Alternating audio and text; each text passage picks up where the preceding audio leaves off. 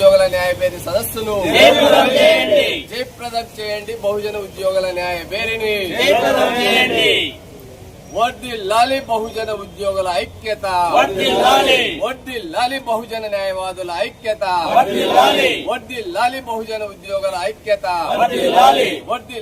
బహుజన న్యాయవాదుల ఐక్యత జయప్రదం చేయండి. జూలై 19న జరిగే బహుజన ఉద్యోగుల న్యాయబేరిని జయప్రదం చేయండి. జూలై 19 జరిగే బహుజన ఉద్యోగుల న్యాయబేరిని జూలై 19న నంద్యాలలో జరిగే బహుజన ఉద్యోగులు, బహుజన న్యాయవాదులు, బహుజన ప్రొఫెషనల్స్ వీరందరి ఆధ్వర్యంలో ఒక న్యాయబేరి సభను ఏర్పాటు చేయడం జరిగింది. రిజర్వేషన్ల పరిరక్షణ సమితి, రిజర్వేషన్ ఎంప్లాయీస్ ఫెడరేషన్ ప్రధానంగా గ్రేటర్ రాయలసీమ పరిధిలో దేశవ్యాప్తంగా ఉన్నటువంటి బహుజన ప్రజల సమస్యలు, ఈ ప్రధానమైనటువంటి డిమాండ్స్తో ఉద్యోగస్తులు, ప్రొఫెషనల్స్ వీరు ప్రజలకు, పాలక వర్గానికి అనుసంధానంగా ఉండే మేధావర్గం కాబట్టి వారి ద్వారా ఈ సమస్యల పరిష్కారం కోసం ప్రధానంగా ఈరోజు దేశవ్యాప్తంగా 95,000 ప్రభుత్వ పాఠశాలలను రద్దు చేయడం జరిగింది. వాటిని పునరుద్ధరించాలా, ప్రతి గ్రామానికి పాఠశాల కావాలనేటువంటిది ప్రధానమైనటువంటి డిమాండ్. అదేవిధంగా ఈరోజు దేశవ్యాప్తంగా 83% ఉన్న న్యాయమూర్తుల నియామకాల్లో రిజర్వేషన్లని అమలు చేయాలనేటువంటిది ప్రధానంగా జాతీయ స్థాయిలో జరిగేటువంటి బార్ కౌన్సిల్ ఎన్నికలు కావచ్చు, రాష్ట్ర స్థాయిలో జరిగేటువంటి బార్ కౌన్సిల్ ఎన్నికలు కావచ్చు, అన్ని చోట్ల ఈరోజు చట్టసభల్లో దళితులకి రిజర్వేషన్లు ఉన్నాయి, స్థానిక సంస్థల్లో రిజర్వేషన్లు ఉన్నాయి, విద్యా ఉద్యోగాల్లో ఉన్నాయి. కానీ బార్ కౌన్సిల్ ఎన్నికల్లో ఎందుకు ఈ రిజర్వేషన్లు అనేటువంటివి లేకుండా కేవలం ఒక సమాజం యొక్క ఆధిపత్యం కొనసాగే విధంగా న్యాయ వ్యవస్థలో ఉంది. కాబట్టి న్యాయ వ్యవస్థ పూర్తిగా ప్రక్షాళన జరగాల. డాక్టర్ బిఆర్ అంబేద్కర్ తీసుకొచ్చినటువంటి రాజ్యాంగ ఫలాలు ప్రజలందరికీ దక్కాల. ఇది ఏ ఒక్కరి గుత్తాధిపత్యం కాదు. దేశం అనేది ప్రజలది, అది బహుజన సమాజాన్ని.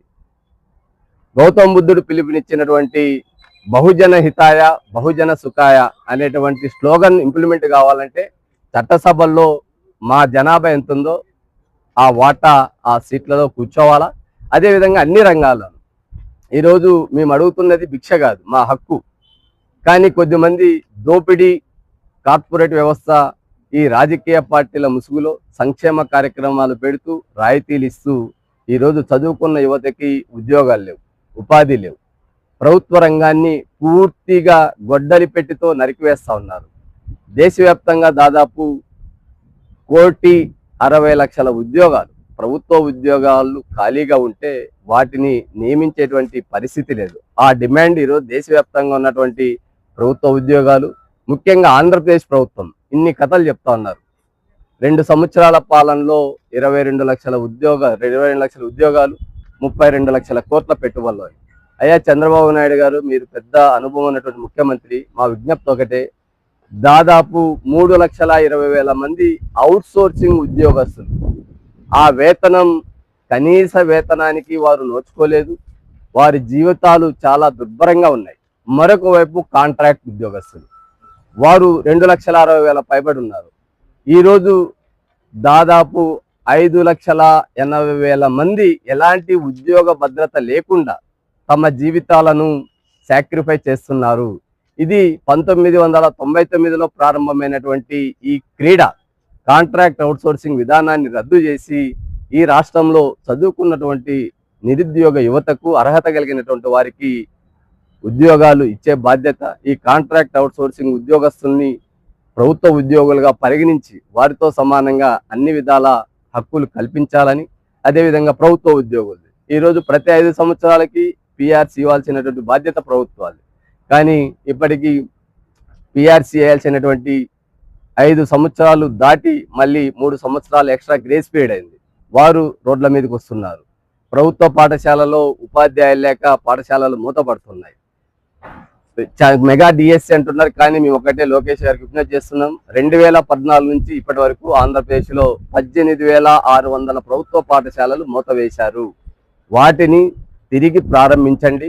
ఆ పాఠశాలలో ఉన్నటువంటి ఉపాధ్యాయుల పోస్టులు 1:2 వేసుకున్నా దాదాపు 40,000 ప్రభుత్వ ఉపాధ్యాయ పోస్టులను మీరు రద్దు చేశారు. అది చంద్రబాబు నాయుడు గవర్నమెంట్, జగన్మోహన్ రెడ్డి గారి పాలనలో.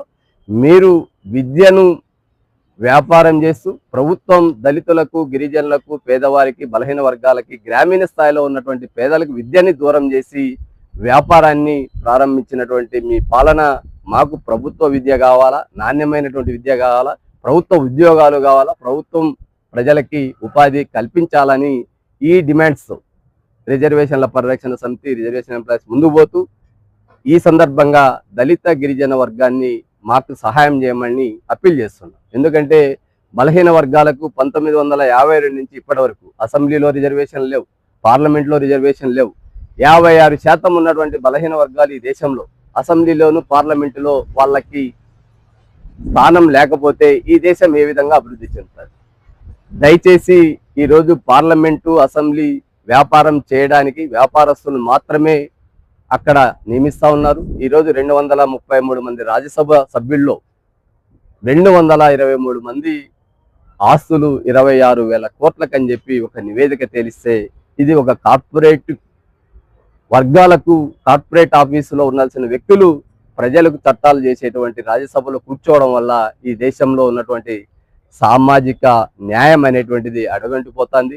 డాక్టర్ బిఆర్ అంబేద్కర్ గారు చెప్పినటువంటి సామాజిక, ఆర్థిక, రాజకీయ సమన్వయం జరగాలంటే చట్టసభల్లో జనాభా దామాషా ప్రకారం రిజర్వేషన్లు ఉండాలా. ఈ దేశంలో అన్ని రంగాల్లోనూ జనాభా నిష్పత్తి ప్రకారం ఎవరి వాటా ఎంతో ఇవ్వాల్సినటువంటి బాధ్యత ఉంది.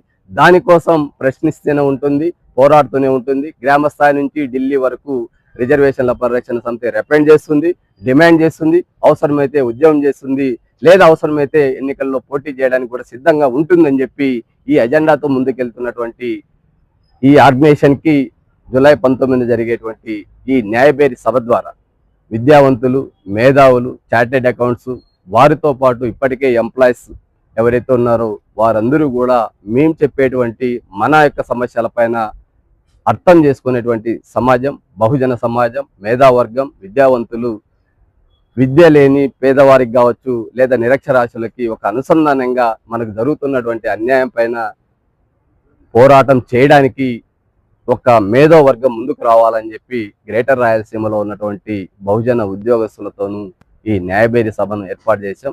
ఆ సభను విజయవంతం చేయాలని ఈరోజు అనంతపూర్ బార్ కౌన్సిల్ జిల్లాలో మిత్రులు పెద్ద ఎత్తున న్యాయవాదులు, బహుజన న్యాయవాదులు ఈ సభకు, ఈ బేరికి సంఘీభావం ప్రకటిస్తూ వారు ఈ పోస్టర్ విడుదలలో కార్యక్రమంలో పాల్గొన్నటువంటి ప్రతి మిత్రునికి వీరందరూ కూడా రేపు జరిగేటువంటి ఈ న్యాయ పోరాటంలో భాగస్వామ్యం కావాలని, క్రియాశీలకంగా వ్యవహరించాలని వారికి పేరు పేరున విజ్ఞప్తి చేస్తూ ఇక్కడ పాల్గొన్న ప్రతి ఒక్కరికి మనస్ఫూర్తిగా కృతజ్ఞత తెలియజేస్తూ, అభినందన తెలియజేస్తూ సెలవు తీసుకుంటాం.